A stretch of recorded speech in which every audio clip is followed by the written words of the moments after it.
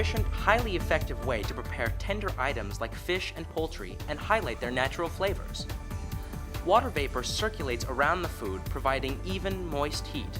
Beef and pork tamales are made up of 3 different layers: a moist masa dough, a tender meat filling, and a protective wrapping of corn husks.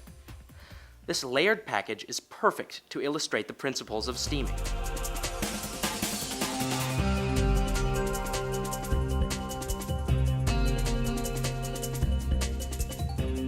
Tamales require approximately 45 minutes to cook, so you'll need enough water to steam for that length of time. Add enough liquid to the bottom of the pot or steamer, cover, and bring the liquid to a boil. Place the tamales onto the steamer rack, seam side down. To ensure even cooking, food should be placed in a single layer, not touching one another or the liquid below, so that the steam can circulate freely. Once all the food is in the steamer, cover it with a lid tightly. Adjust the heat to maintain even, moderate heat. Since steaming is done in a closed cooking vessel, it can be difficult to gauge how long foods need to cook. Refer to your recipe to tell how long to steam food to the correct doneness.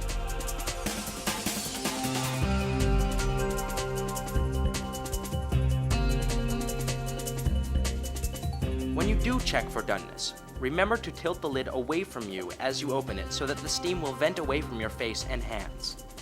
Because of the wrapper and the high fat content of the filling, the tamales will stay moist. Steamed food should be cooked until they are just done, but not overcooked because they can easily become rubbery. Serve the food immediately or as soon after cooking as practical to offer the best flavor and appearance. Place on heated plates with an appropriate sauce.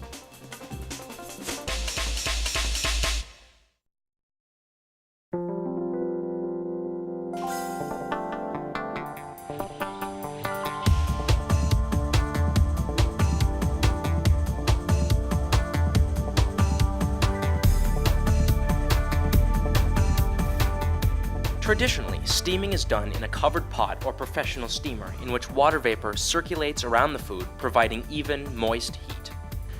Un papillote is a variation on this moist heat cooking method where items are enclosed in parchment and cooked in the oven. The steam generated is an efficient, highly effective way to prepare tender items like fish or poultry and enhance their natural flavors.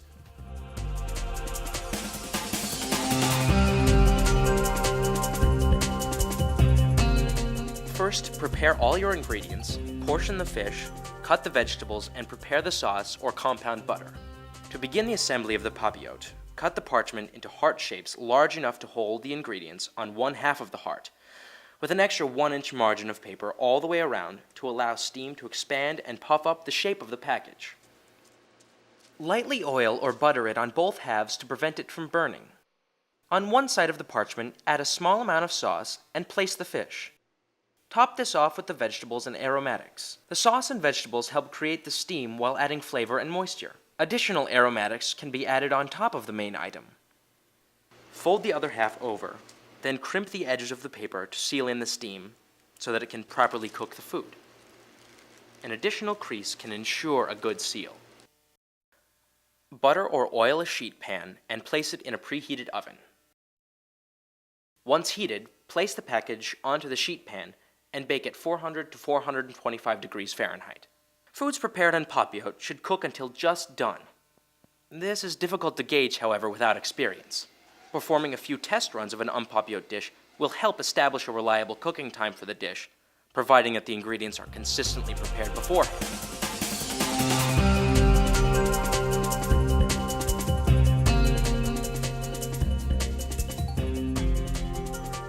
Avoid opening the oven door too often to monitor this delicate process.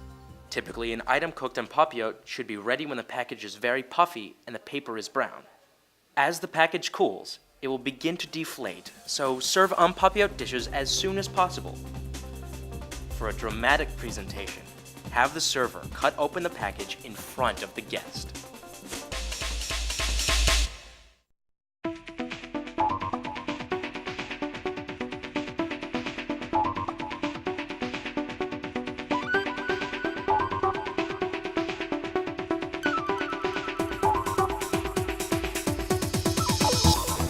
Is steaming a cooking method for you? As you're about to see, it can be a lot more than just a plate of broccoli. Steaming is very flexible, which by that I mean it gives you a lot of different scenarios and it's very adaptable. I can take a small piece of broccoli and steam it in a 2-quart sauce pot. I could take 2 cases of broccoli, put them into perforated full-size hotel pans, put them into a commercial-sized steamer, still have the same thing. I can adapt the cooking technique based on the amount of food that, or the size of the product that I'm doing. The traditional bamboo stack steamers are another good example. So there's a lot of ways that you can achieve the steaming.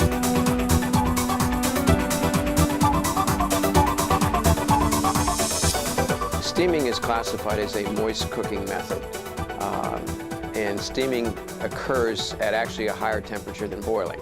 That's a result of once water is brought to a temperature above boiling, you create steam.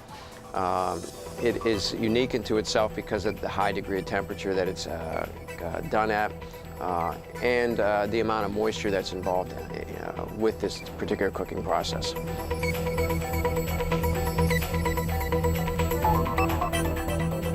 The cooking liquid can be something as simple as water, or it could be some type of flavored liquid.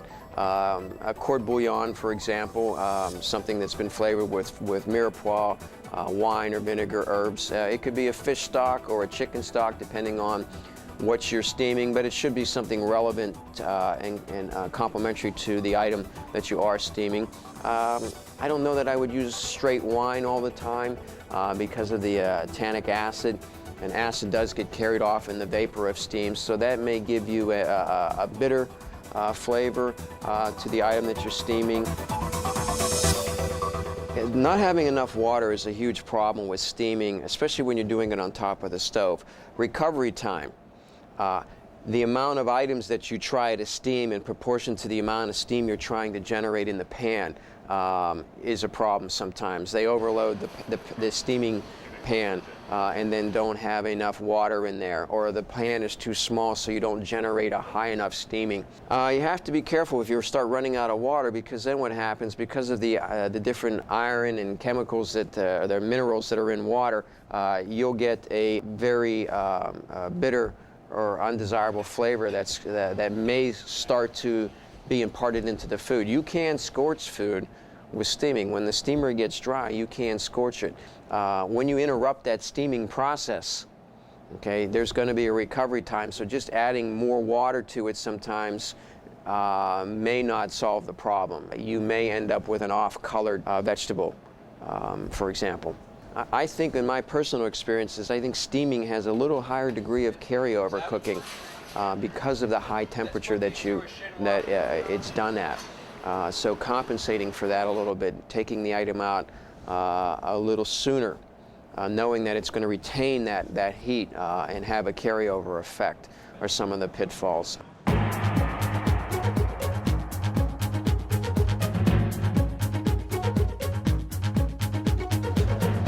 Common vegetables for steaming would be broccoli, asparagus, your greener vegetables. Cauliflower is very good. Eggplant would not be something I'd steam. Squash, zucchini, summer squash would be very acceptable.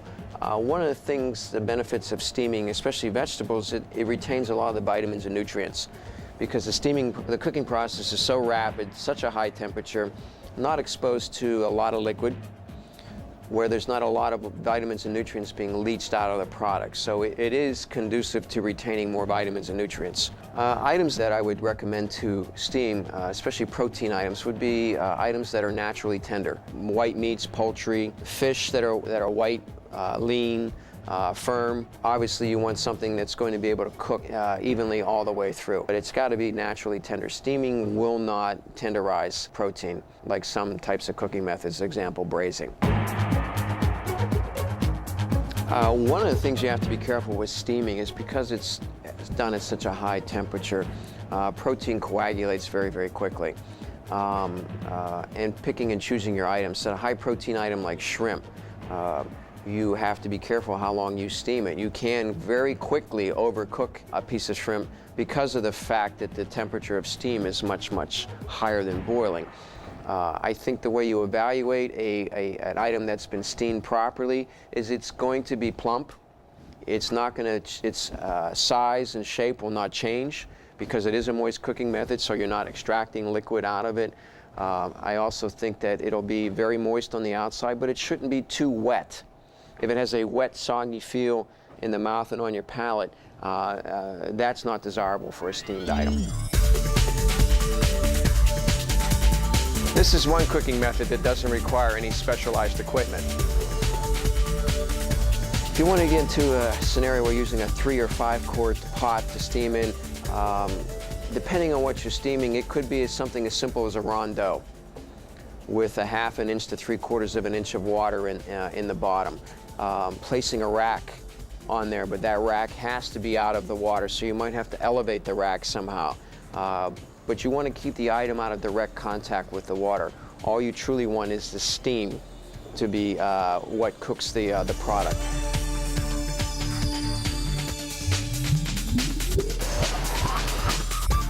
Then finding a tight-fitting lid without any gaps so you can trap that steam in there. The key there is everything has to be tight-fitting. You want as little amount of the steam pressure to be released as possible. It could be the bamboo stackable steamers where you might stack 4 or 5 on top of each other. That would be a scenario that you could use. Hotel pans, a 4-inch deep hotel pan on top of the stove with a rack inside, amount of liquid. Putting a smaller or shallower hotel pan on top of it could be an acceptable way of steaming. I have seen chefs who will cover vegetables that are going to be steamed with a damp towel. A professional steamer, by definition, could be a very large piece of equipment, stainless steel outside with a door that has a large gasket on it, giving you the ability to slide full sheet trays in, full-size hotel pans, perforated or non-perforated, and being able to hold multiple pans. Then the door would have a very heavy latch on it, and you would have a pressurized situation going on there once you set the button for steam. We also have an item out there now called a combi convection. It's a combination of oven and steamer, used a lot in commercial baking, which the process would be it can interject or inject steam into the oven during the baking process. One of the most important things I learned as a student here, and still constantly are reinforced as being an instructor, is no matter what type of cuisine that you're cooking, there are fundamentals that do not change. Steaming as a cooking method is kind of unique to certain cuisines. Asian cuisine, they do a lot of steaming. Did not have a lot of experience with that in high volume situations. Most of my experience was when you have to make potato salad, 300 pounds of potato salad. Red skin potatoes, small B-sized red skin potatoes, into the steamer, cooked 2/3, 3/4 of the way, put into the dressing, allowing them to cool, continue to cook because they had the jacket, the skin on. That would be an example. Steaming halibut for 300 people, 400 people. Those are my experiences. Steamed chicken breasts. Making vegetable lasagnas. Individual portions of lasagnas, for example, taking the raw pieces of pasta, cut into circles, layering my vegetables, putting my sauce on there, and then steaming those. Cooking the pasta and everything. That worked very, very well. Those are some of my experiences with steaming.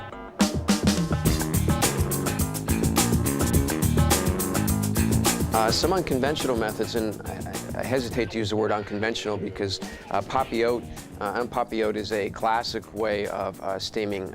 Some people may refer to it as a combination style cooking method, but really in its pure form, you're putting something in a parchment paper bag, a piece of fish or vegetables. There's some type of liquid or pre-made sauce in there. The bag is sealed very tight, and then it's placed into the oven. That's baking. But what's going on inside the bag is steaming. When you talk about beef tamales or pork tamales, they're encrusted. It's a ground beef filling or pork filling that's highly flavored. It may be wrapped in corn husk, masa farina batter around it. So it's being insulated. The protein in there is being insulated, usually by a starch component. So you don't have that protein in direct contact with the steam. Steaming is very dangerous, especially with the commercial steamers. Allowing the steam to dissipate before you reach into the steamer to pull the pan out. Steam burns are very, very painful because of the high temperatures. So I've seen people reach into steamers too soon, as soon as they've opened the door, and then end up burning themselves. You can't really derive a sauce from the process of steaming. And since the characteristics of most of the protein items that you're steaming are very lean, high protein items, the rationale would be to serve a sauce that is fairly rich, for example, basic hollandaise or béarnaise sauce. So now you've seen, steaming is an extremely flexible and adaptable cooking method.